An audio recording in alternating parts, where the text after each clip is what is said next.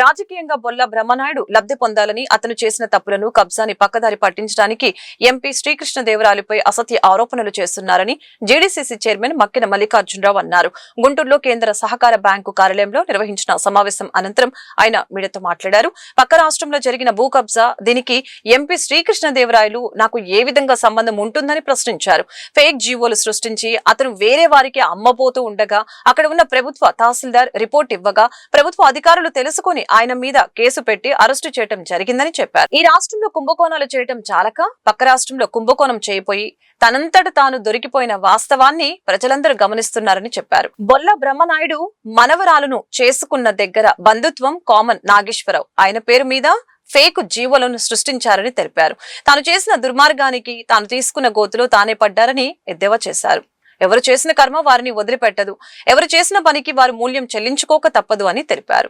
ఎక్కడో పక్క రాష్ట్రంలో జరిగినటువంటి భూ కబ్జా దీనికను అసలు ఈ రాష్ట్రానికి శ్రీకృష్ణదేవరాయలు గారికి మాకే విధంగా సంబంధం ఉంటుందండి. అక్కడ వెళ్ళి ఫేక్ జీవోలు సృష్టించి అతను వేరే అమ్మబోతా ఉంటే అక్కడ ఉన్నటువంటి ప్రభుత్వ తహసీల్దార్ గారు రిపోర్ట్ ఇవ్వటం, అక్కడ ఉన్నటువంటి ప్రభుత్వ అధికారులు తెలుసుకొని ఆయన మీద కేసు పెట్టి అరెస్ట్ చేయటం జరిగింది. ఈ రాష్ట్రంలో కుంభకోణాల జాలక పక్క రాష్ట్రంలో పోయి తనంతులు తను జరిగినటువంటి వాస్తవాన్ని ప్రజలందరూ గమనిస్తున్నారు. ఇందులో ఇంకొక విచిత్రం ఏంటంటే కామన్ నాగేశ్వరరావు అని అతను దగ్గర బంధువు బొల్లా బ్రహ్మనాయుడు గారి మనవరాలను చేసుకున్నటువంటి వ్యక్తి, వినుకొండ నియోజకవర్గం సంబంధించిన వ్యక్తి. అతని మీద కూడా అతని పేరుతో కూడా ఫేక్ జీవోని సృష్టించారు. అంటే ఇందులో ఇంత స్పష్టంగా నిజాలు కనపడుతుంటే దీని గురించి ఎక్కువగా మాట్లాడేసాము.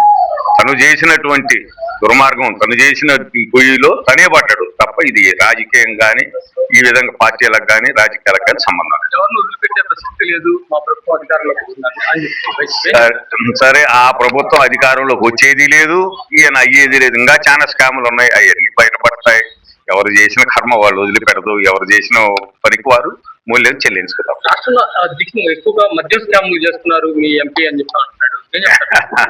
శ్రీకృష్ణదేవరాయలు గారి గురించి అతను మద్యం స్కాములు చెబుతా ఉంటే గత 7 సంవత్సరాల నుంచి ఎంపీగా ఉన్నాడు, అందరికి తెలుసు. ఈ రాష్ట్రంలో లేదంటే ఎక్కడో ఢిల్లీలోనంట. మరి ఈయన ఢిల్లీ ఎప్పుడు పోయాడు, ఎక్కడ కనుగొన్నాడు? ఏం లేదండి, ఒక బురదను ఎంపీ గారి మీద వేయటం, దాని ద్వారా లబ్ధి పొందాలనుకోవటం, ఇతను చేసిన తప్పుని ఇతను చేసిన కబ్జాని పక్కదారి పట్టించేదానికి ఎంపీ గారి మీద అసత్య ఆరోపణలు చేస్తాడు. ఇంకొక విషయం అండి, ఎంపీ గారు ఏదో పార్టీలు మారానంటాడండి. 5 పార్టీలు మారినటువంటి వ్యక్తి బొల్లా బ్రహ్మనాయుడు. ఆ బ్రహ్మనాయుడు ఈ రోజు పార్టీల గురించి మాట్లాడతా ఉంటే చాలా హాస్యాస్పదంగా ఉంది.